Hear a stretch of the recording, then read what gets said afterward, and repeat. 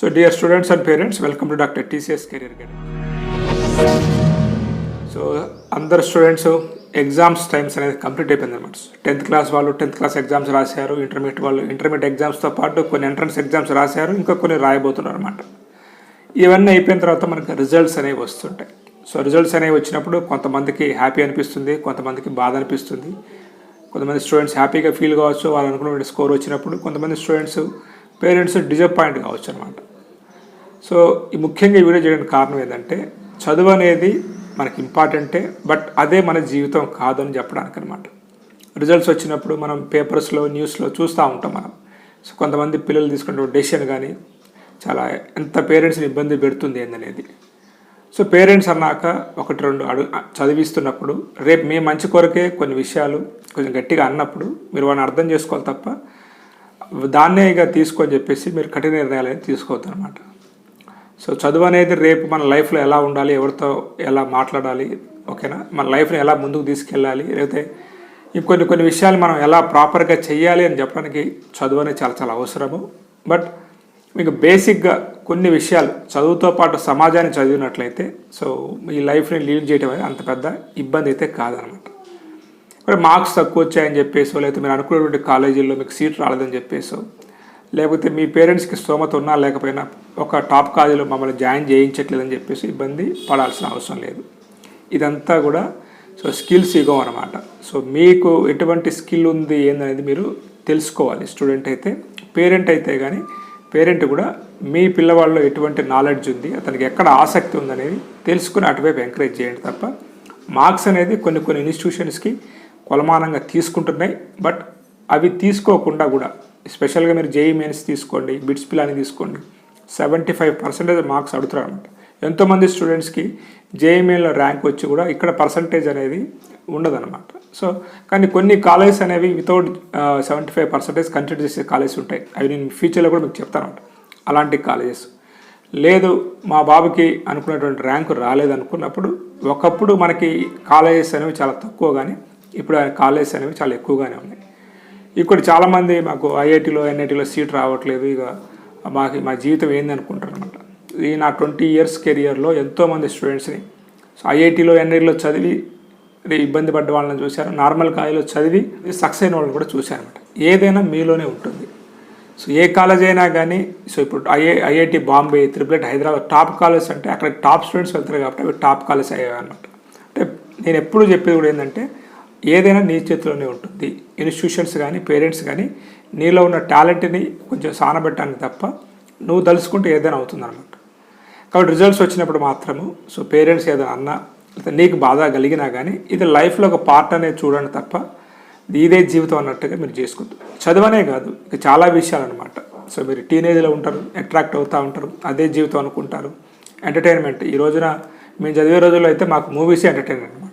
But మీకు వచ్చేసి ఈ రోజున ప్రతిదీ ఎంటర్టైన్మెంట్. టీవీ ఆన్ చేసిన ఎంటర్టైన్మెంటే, మీకు చేతిలో మొబైల్ కూడా ఒక ఎంటర్టైన్మెంట్ అనమాట. సో ఇలాంటి సిచ్యువేషన్లో మీరు చదువుతున్నారంటే మాత్రం ఒక విధంగా చాలా గొప్ప విషయం అనుకోవాలి.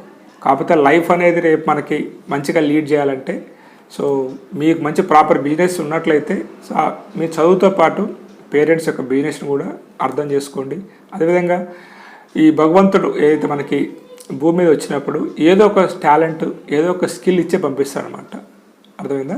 చదువు రాని వాళ్ళకి బిజినెస్ స్కిల్స్, సో కొంతమందికి యాక్టింగ్ స్కిల్స్, కొంతమందికి సంగీతము, కొంతమందికి స్పోర్ట్స్, ఇట్లా కొంతమందికి లీడర్షిప్ క్వాలిటీస్, ఇలాంటివన్నీ ఉంటాయి అన్నమాట. కాబట్టి అది ఏంటనేది మనం తెలుసుకొని ముందుకు వెళ్ళినట్లయితే ఇబ్బంది అనేది ఉండదు.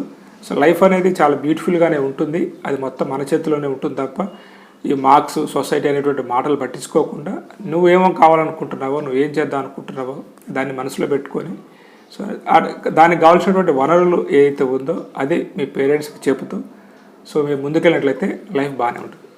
మీరు ఎవ్వరికీ జవాబు ఇచ్చినా ఇవ్వకపోయినా పర్లేదు కానీ పేరెంట్స్కి మాత్రం చాలా చాలా ఇంపార్టెంట్ అనమాట. మీరు ఏ తప్పు చేసినా సో మీకు ఏమనిపించినా బాధ కలిగినా పేరెంట్స్కి చెప్పకుండా ఏది చేయొద్దు అనమాట. సో ఎందుకంటే సో ఈ భూమి మీదకి రావడానికి కారణం వాళ్ళు.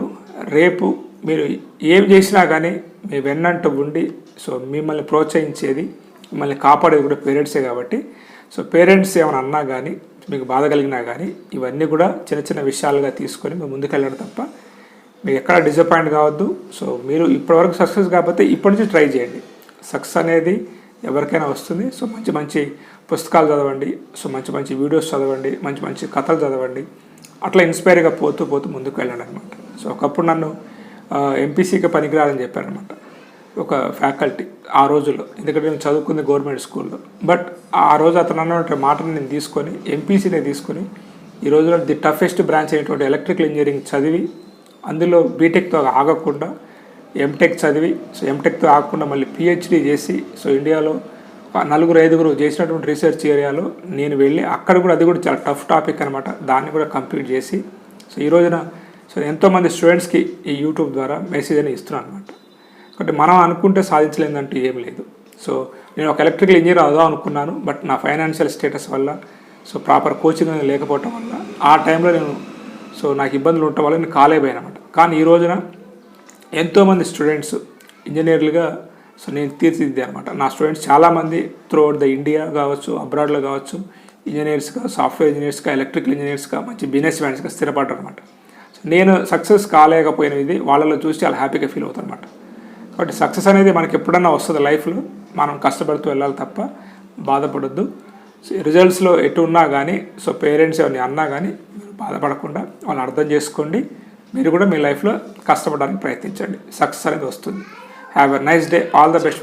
ప్రతిభని మనం టెస్ట్ చేయడం కోసం దాని చెట్టు ఎక్కమంటే అది ఫెయిల్ అవుతూనే ఉంటుంది, ఎందుకంటే దానికి చెట్టు ఎక్కడం రాదు గనక, ఈదడం మాత్రమే తెలుసు. అదే విధంగా ఏ స్టూడెంట్ లో ఎలాంటి స్పెషల్ టాలెంట్ ఉందో మనం తెలుసుకోకుండా, అర్థం చేసుకోకుండా మనంగా ఒక సిస్టమ్ ని సృష్టించి అందరికీ ఒకే రకమైన టెస్టులు పెట్టి అందులో వాళ్ళు ఫెయిల్ అయితే జీవితంలోనే ఫెయిల్యూర్ అని వాళ్ళని నమ్మిస్తున్నాం. ఒక్కో విద్యార్థిలోనూ ఒక ప్రత్యేక ప్రతిభ ఉంటుంది, దాన్ని వెలికి తీసుకురావడమే మన విద్యా పద్ధతి.